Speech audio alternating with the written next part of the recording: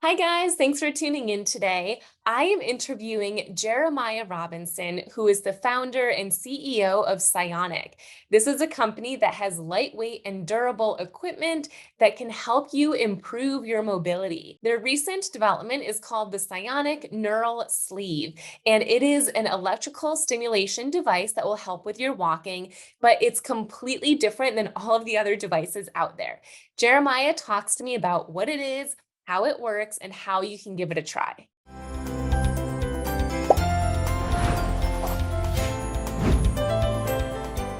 Jeremiah, thank you so much for being here with us today.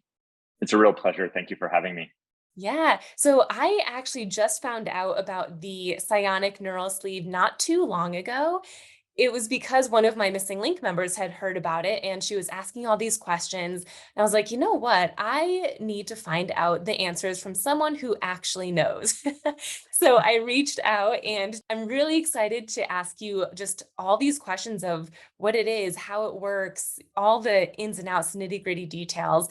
And one cool thing is I asked all of my missing link members what questions they had because they've been hearing things too from people who have been trying it. So I've got lots of questions for you. Some are my own, some are from my missing link members. So I'd like to first start very generic. What is the psionic neural sleeve and where did this idea come from? Yes, absolutely. So, my origin story really is related to my daughter, who has not MS. She has a diagnosis of cerebral palsy, and specifically spastic diplegia, which affects her ability to walk. And in her physical therapy, there are really these two experiences that I thought, wow, there's so much promise, but it's just so limited. So the first one was doing a gait analysis for her. And so they set her up for, an hour of placing the little reflective dots and the EMG sensors to record her muscle activity. And then she walks 10 steps in a very controlled environment and 10 steps back. And they say, here's your report. Here's how she walks. Right. Well, it's great, except I want to know how she's walking, how she's moving in the real world when she's at school and when she's experiencing traffic and falling. And the second was around functional electrical stimulation. And in her therapy, she used with her therapist a device called the Chattanooga, which is an electrical stimulation device that has basically two triggers, and the therapist walks behind her and fires the muscles with her thumbs. And I thought, well, geez, that's one, it only works here in the clinic. And two, that's only in, what her therapist can follow around. Can I have her therapist follow her all around life? So what if we could take those two things, put them into a single garment that looked like it was just everyday clothing, and have that continuously helping her to walk and navigate her environment. So that's the origin of it. We started the company in 2018. And just earlier in February, we got our FDA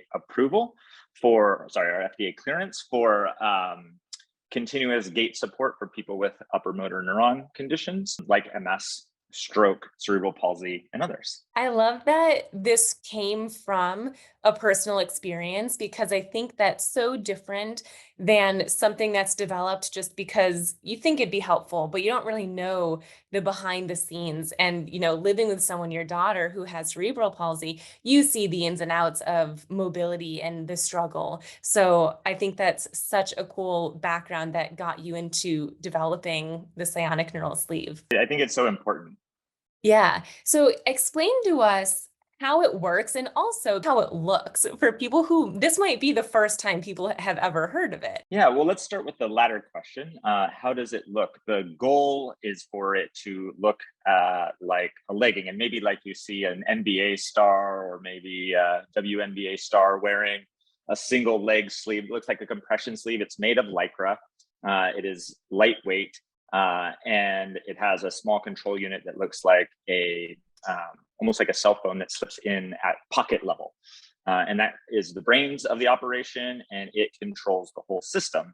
And so how it works is it is continuously measuring two different signals of the body across multiple areas. So one is muscle firing. So we use surface EMG to understand which of the major muscle groups are firing when and how. And that helps us understand where there might be spasticity or tone or mistiming of firings. And then we're also able to measure the orientation of the limbs, where the lower leg and upper leg are in space. And that allows us to then, algorithms that are on board the device know exactly when to fire. And by fire, I mean inject a small amount of electrical current in the muscle to force a contraction, to elicit a contraction at the appropriate time during the gait cycle and other movements that we're working on as well. That sounds like such a unique approach because there are some other devices out there that stimulate nerves, muscles, all that good stuff to get your leg moving, but not in this fashion, at least not that I've seen where it is this sleeve. One question that I got from my missing link members was, can you wear it under your clothes? Like, can you fit a pair of pants on over it? How does that work? Yeah, absolutely. I mean, the one of the things that I know from our experience and from what we've heard from our users is that there's a little bit of a stigma to using devices, especially in daughter's case when she was using a walker or crutches. She felt othered, and she was like, "Don't make another thing that makes me feel othered." And so part of that is making something one that it can be discreet enough to wear under clothing. So our users wear it under pants or dresses, but we also wanted to make it kind of stylish and aspirational, so that if someone did want to talk about it and did want to show it off, that it looked really great. And we partnered with an amazing design firm here in the San Francisco Bay Area, a design firm that I've worked with for a long time called Fuse Project, led by Yves Bahar, he's just a fantastic industrial designer. And they really focus, one, on how to make it easy to take on and off, and two, how to make it look stylish and aspirational. Yeah, and it truly does look both of those things. If you were to Google it and you pull up a picture, I think everyone would agree with that. So you mentioned one of the things were these electrode things that are on the inside. And I don't want to get too sciencey here, but what muscles do they stimulate? Like, what are the actions that this device helps bring about? Yeah, so we took an approach of how many of the major muscle groups that are responsible for gait can we uh, pack into a single device that's easy to take on and off. And so it addresses the quadriceps for knee extension and stance stability, the hamstrings for knee flexion and also some stance stability. And then what I think a lot of people are familiar with in terms of foot drop, the dorsiflexors, which lift the foot, but also we can turn the foot. And so for people who have challenges with inversion during their foot drop and maybe land on the outside of their foot and have that risk of rolling an ankle, they can also address that. And then plantar flexion, the ability to push off by stimulating the calf muscle, the gastroc. And so by sequencing all four of those muscles, we can really have some profound impact on the overall stability and confidence of gait, as opposed to just addressing the single challenge of foot drop. Right. Yeah, that's really great. So many of my clients that I work with have foot drop, but also knee hyperextension or just difficulty bending their knee or straightening their knee. So it definitely sounds like this targets bending and straightening the knee and the foot drop. It doesn't go high enough, though, to affect the hip flexors, right? It doesn't, no, nor the glutes. At least in this version, as we start to learn more and find different ways to make that form factor work for folks, we hope to be able to actually address even more of the different challenges with movement. Yeah. So because it helps with knee bending and knee straightening, have you guys found that it does help with knee hyperextension? It's one of the issues that we've started working on recently, as it's been reported by more and more of our users. And that's one of the things that we really pride ourselves in with the system. Is it is like your iPhone or like your computer, it is a software driven system, and we can upgrade it. And, that always goes through the regulatory pathways to make sure that we're safe and effective. And then we can bring on new things like helping in mid stance hyperextension or different activities like stairs, which is something that we're working on now.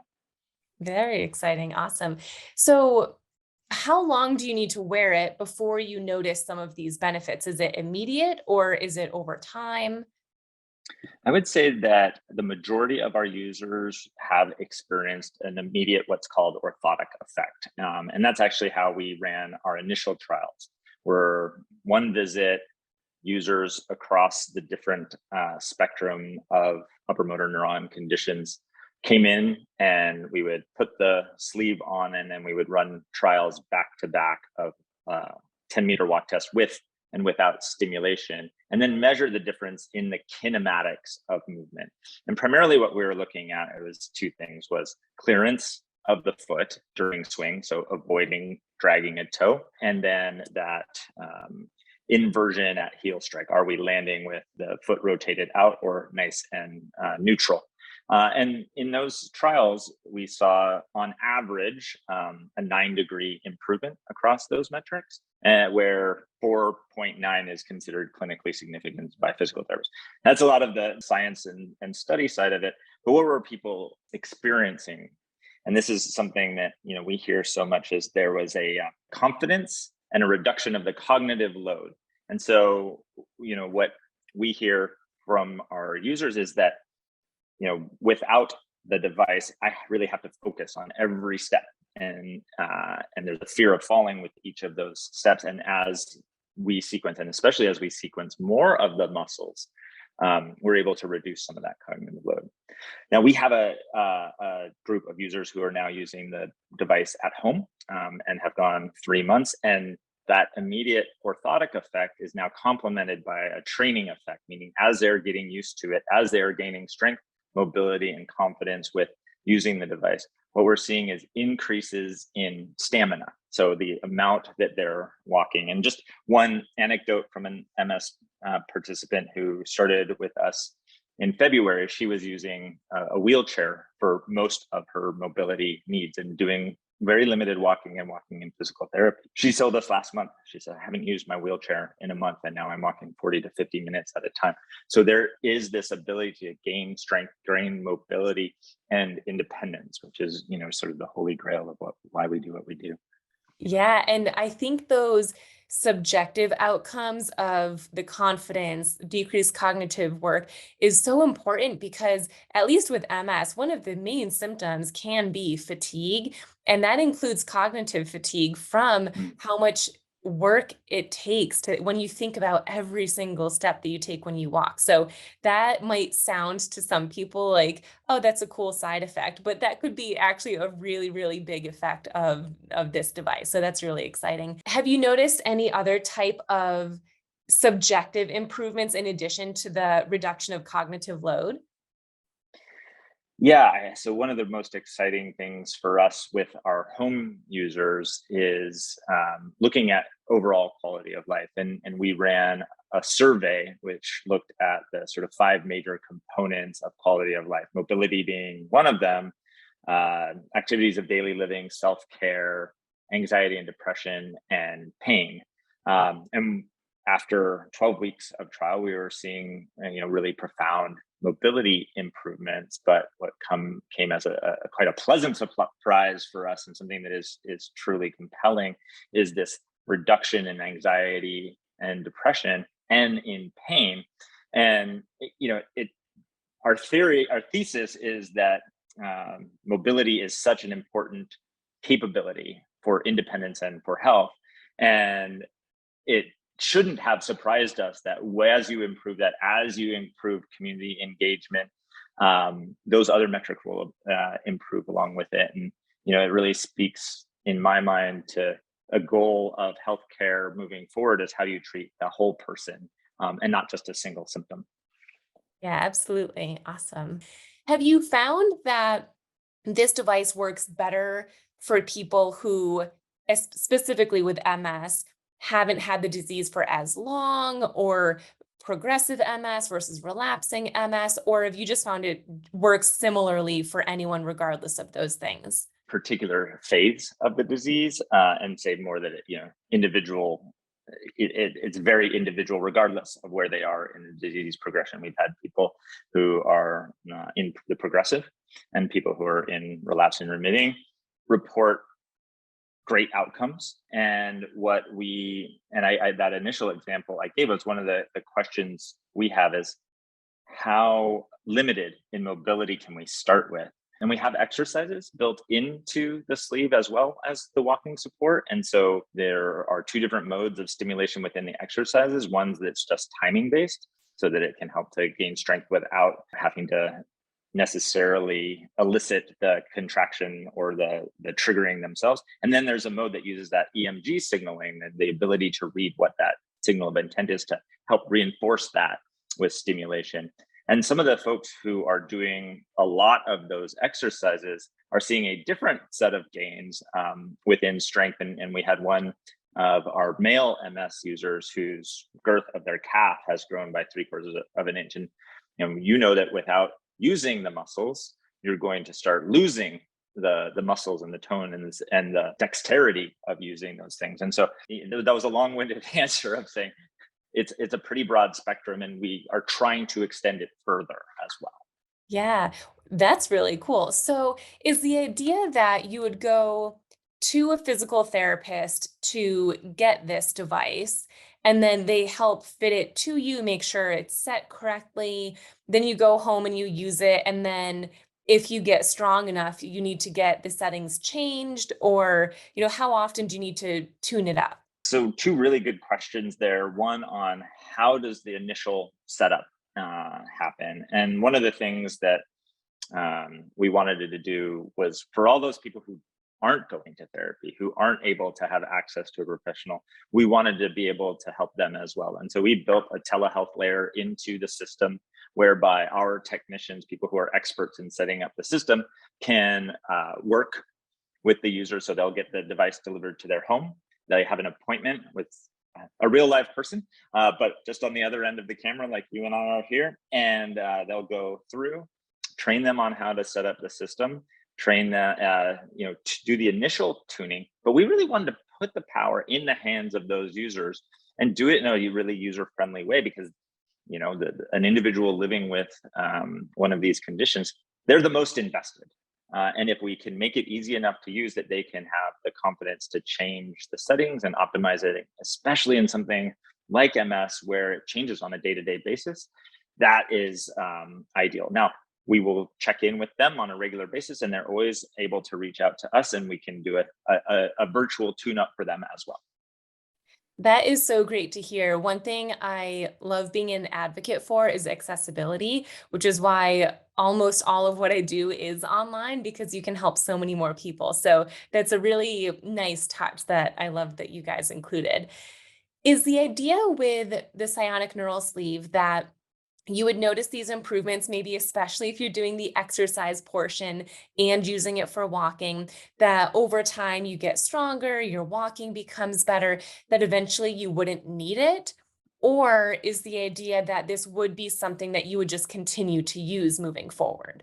It would be an amazing outcome if we had such a therapeutic benefit that a person no longer needed to use the sleeve. And I think it's going to depend condition to condition and user to user. In cases where maybe it is a one-time event like a stroke or cerebral palsy and is non-progressive, it might be more likely that they get to a point where they no longer need it. Certainly in maybe something like an orthopedic rehab, that would be what your expectation would be. I don't live with a progressive disease, but I know that the symptoms are generally getting worse over time, and we want a system that can adapt and grow with them. If we can see those gains, that's the holy grail. And we've seen anecdotally, one of the very exciting pieces about a system that can both measure the muscle activity and influence it is that now we have a measure of how well they are doing. So if we do a baseline gait report, we can see both the kinematics and muscle firing and see where certain challenges are. We have seen in certain individuals improvements to their natural muscle sequencing. That's the holy grail, I think. Yeah, awesome. Okay, so are there currently any clinical trials going on where if someone wanted to participate in a trial, they could?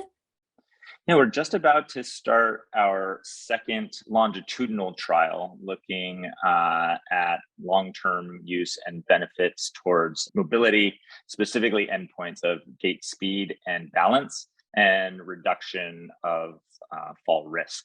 And so we'll be doing a pilot with a small number of users, and then we're looking at taking that to larger scale with a couple of academic institutions. And so you can go to our website, cionic.com/trials, and sign up for trials if you want to participate in those. Awesome. And I'll put that link in the show notes for anyone who wants to look there for it.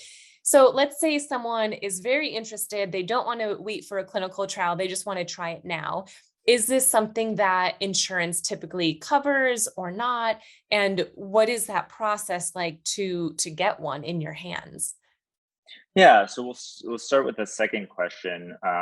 We are cleared to market and sell, and so we opened pre-orders in April, and then we got so much demand we closed pre-orders, and then redid our build plan, and then we just recently reopened orders.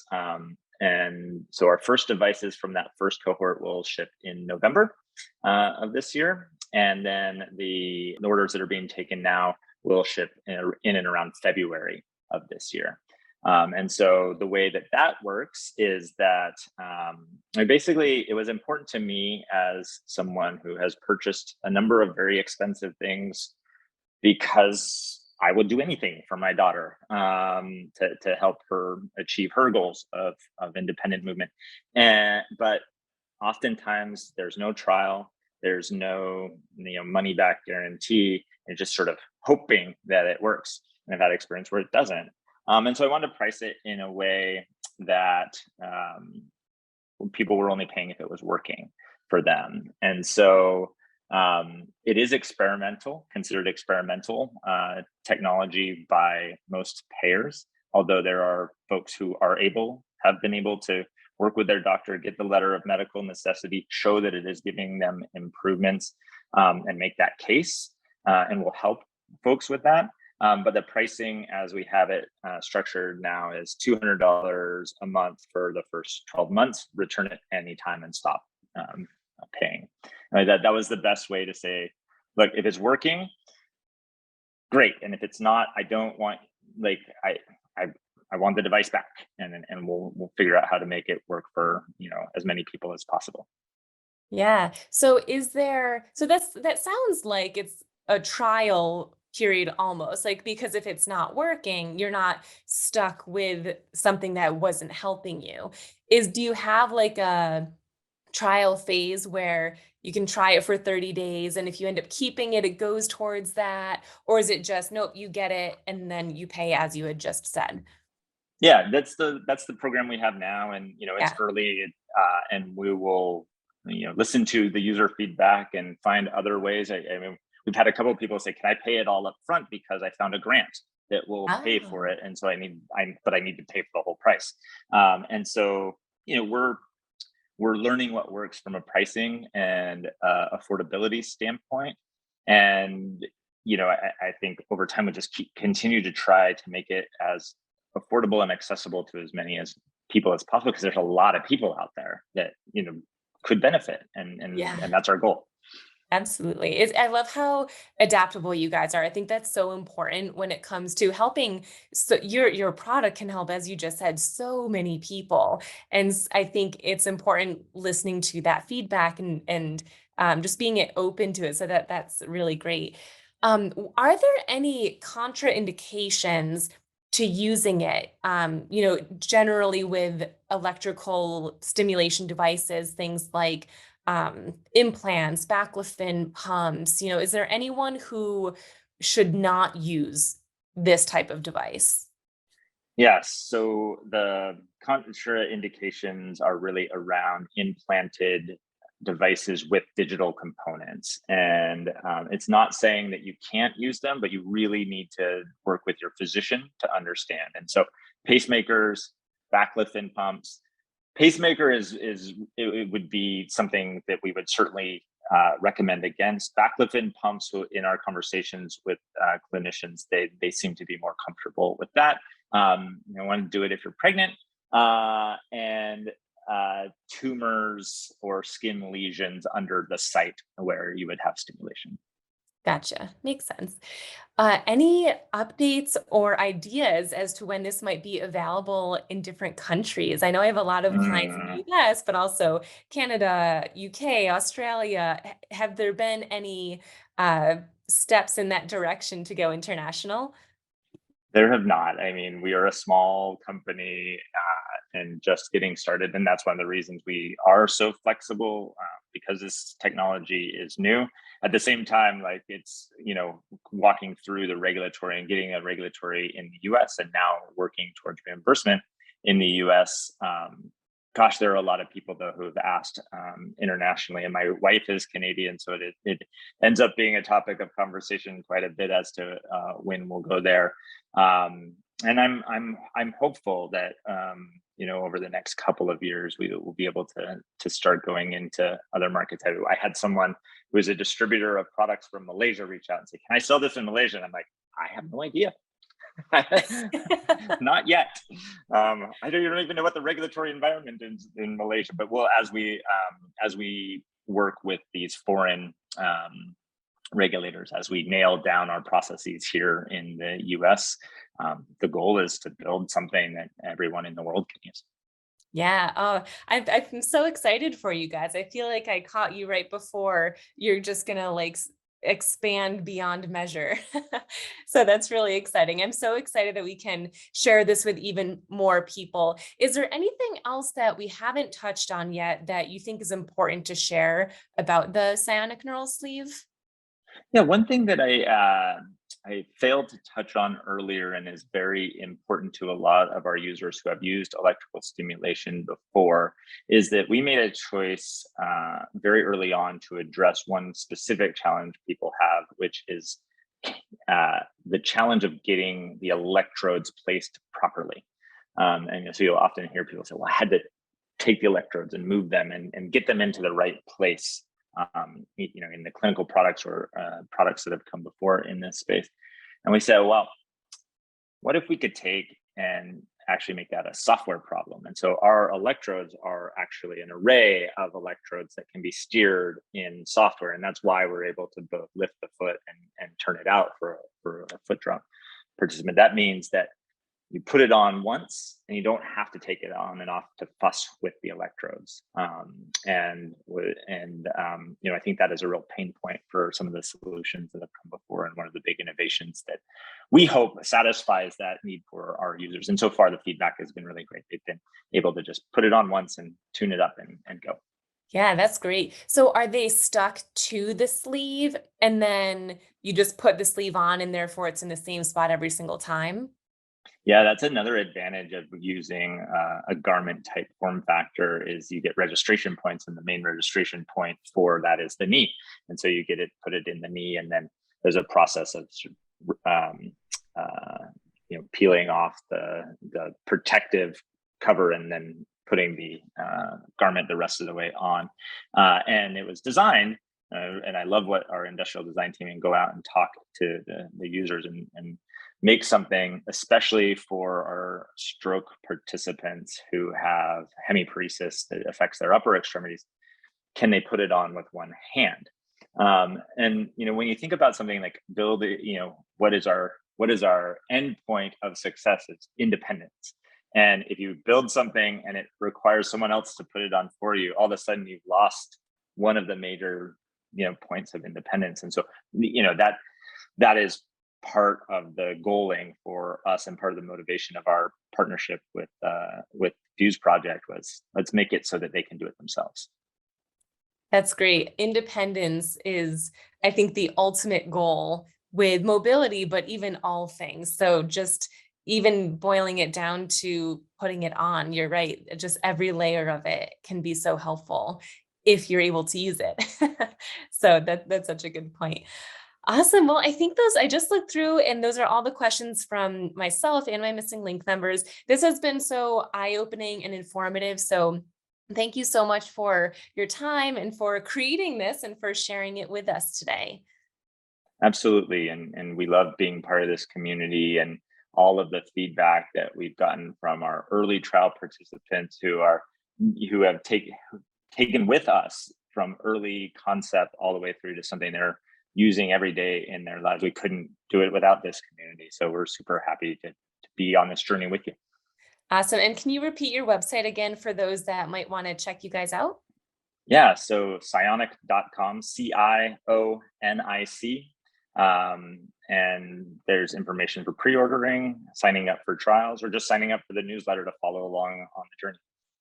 Awesome. Thank you so much. Thank you.